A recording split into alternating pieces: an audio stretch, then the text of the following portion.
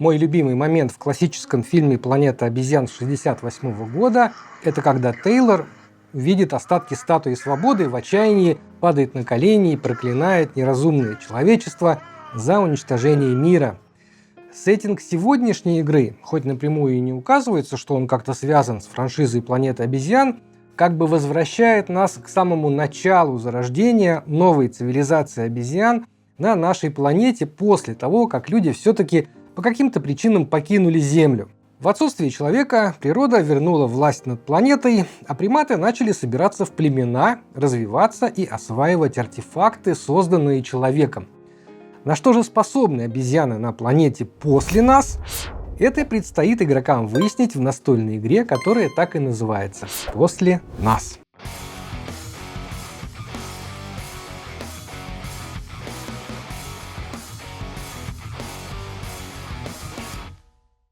В игре вы будете выступать в роли лидера племени обезьян, и ваша задача – помочь соплеменникам достичь высшего уровня разумности. Этот уровень символизирует трек победных очков. Кто первым доберется до отметки 80 на треке, станет победителем. Одновременно в игру могут играть до 6 человек. Сегодня я разложил игру на троих. Каждый игрок получает себе свой планшет и 8 карт тамаринов. Это, если что, такой род обезьян. 4 жетона и памятку. На вашем планшете есть шкала ярости.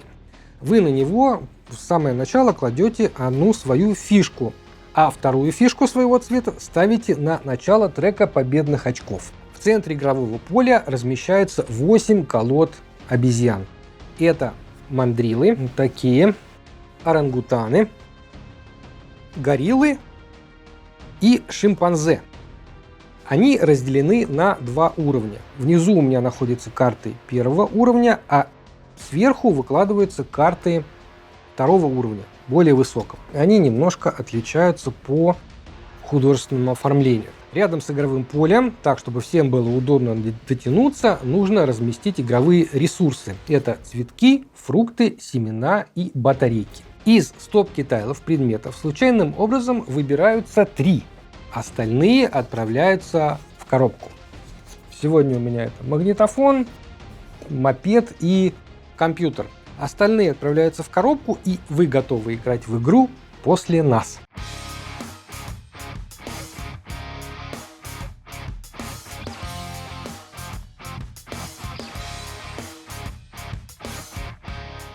Ход игры разбит на 3 фазы. Сбор племени, привлечение новых обезьян и отдых. Приятной отличительной чертой этой игры является то, что практически все фазы отыгрываются всеми игроками за столом одновременно. Так, в фазе сбор племени все игроки берут из своей колоды 4 карты и размещают их в ряд так, чтобы на них совпали рамки. Давайте я для наглядности примера сегодняшний вот этот набор заменю на карты, которые я заранее приготовил. Тамаринчиков мы уберем, потому что в процессе игры мы их проапгрейдим, и мы наберем себе в племя более развитых наших вот обезьянок. Вы складываете карты, и сложившиеся на этих картах рамки дадут вам полезные ресурсы и прочие полезные вещи.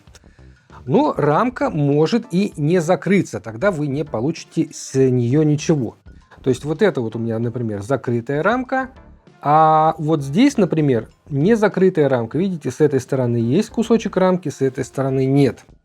Вы можете менять местами карты так, чтобы сделать вот эти комбинации рамок получения ресурсов максимально эффективным, чтобы закрыть максимальное количество рамок. Ну или меньше, но так, чтобы получить то, что вам важнее в данный момент. После того, как вы решили, что достаточно хорошо разместили карты, вы двигаетесь слева направо и сверху вниз по 3 вот этим трекам и собираете все, что получили. Например, в данном случае у меня здесь ничего, здесь 1 фрукт, здесь 1 цветок, здесь 2 батарейки. Дальше фрукт и семечко. Дальше еще одно семечко. Еще одна батарейка и семечко, цветок и фрукт, Спускаемся на следующую строчку. Здесь у меня не закрытая рамка, а вот здесь за батарейку я могу получить 3 победных очка. Почему бы и нет? Отправляем батарейку в сброс, получаем 1, 2, 3 победных очка на треке победных очков. Дальше, здесь еще одно победное очко. Здесь практически ни за что мы получаем 3 победных очка. Здесь за семечко и батарейку еще 3 победных очка. Окей, мне это нравится. Ну, я тут выложил себе, конечно, карты уже сильно прокачанные. Тут получается много всего. Поначалу, конечно, этот движок работает гораздо медленнее. Здесь за семечку 2 победных очка. Например, я хочу себе сохранить семечку, ну, для чего-нибудь. Не хочу тратить. Здесь за батарейку ничего, потому что не закрытая. Здесь за фрукт еще 2 победных очка. Здесь за один цветок можно получить 3 батарейки. Ну, допустим. Батарейки штука полезная. Здесь вы двигаете свой трек ярости на 2. Вот ваш трек ярости. На 2 подвинули. Здесь за семечко можно еще на 2 подвинуть. Окей, давайте сделаем это. 1, 2. Здесь, ну, не закрытая рамка, а здесь за один фрукт можно повторить любую другую закрытую рамку. Ну, например, я хочу получить, ну, не знаю, за батарейку еще 3 победных или вот просто 2 батарейки. Не знаю, может быть, это не самый лучший вариант, но тем не менее. Ну и все. Все это игроки делают одновременно, да? У меня получилось достаточно долго, но учитывая, что все делают одновременно, игра проходит достаточно быстро. И когда закончили, начинается фаза привлечения новых обезьян. В эту фазу вы сможете купить одну карту обезьяны с рынка. Все игроки втайне у себя выбирают один из 4 жетонов, которые соответствуют одному из видов обезьян и одновременно их вскрывают. Выбранный жетон, во-первых, дает вам право купить карту соответствующего вида обезьян. Во-вторых, получить тот бонус, который на этом жетоне указан. Ну, например, вот здесь бонус у меня 2 победных очка. Окей, получил. Ну и плюс еще я могу получить себе, купить вот карту мандрила. Карты стоят столько, сколько написано на игровом планшете. То есть за карту 1 уровня мне нужно заплатить 3 цветка, за карту 2 уровня 6 цветков. Я себе, кстати, столько не накопил. Ну, предположим, что я накопил себе 3 цветка. И вот я теперь 3 цветка трачу и получаю себе карту. Полученная карта кладется на верх колоды.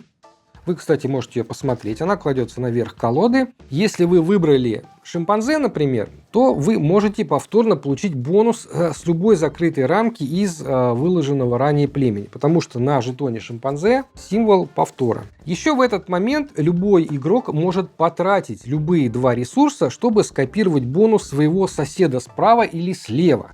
Ну, то есть, если мой сосед справа, например, открыл вот гориллу и получил себе 2 очка на треке ярости, я могу заплатить 2 любых ресурса, например, вот 2 фрукта, чтобы тоже получить себе 2 очка на треке ярости. После этого начинается фаза отдыха.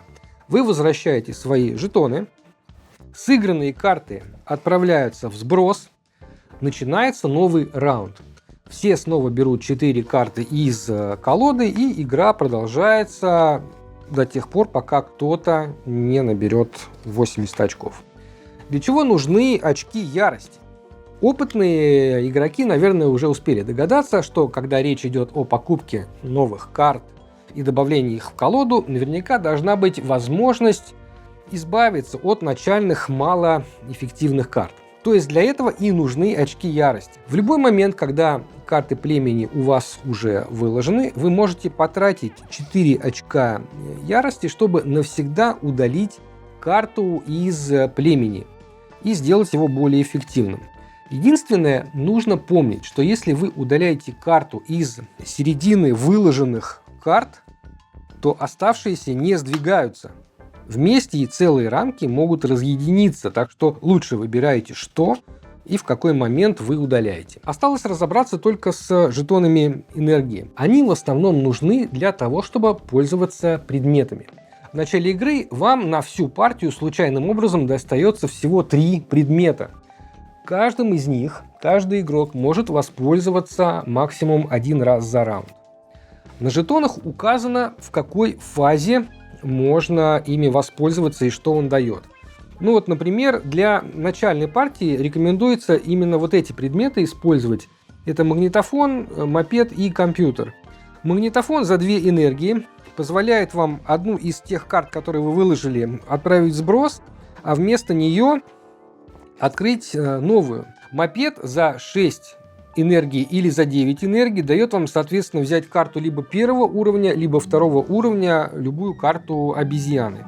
Ну, а компьютер позволяет за 5 очков, вот за 5 жетонов энергии получить сразу 5 очков победных на победном треке. Так игра продолжается, пока кто-то не наберет 80 очков, либо пока полностью не закончится какая-нибудь колода обезьян в тот момент, когда все вдруг захотят именно их. Тогда выигрывает тот, кто к этому моменту набрал больше всех очков. Есть еще соло-режим, но он мне, если честно, показался механически перегруженным. Его бы попроще сделать в плане всех тех процессов, которые вы вынуждены делать.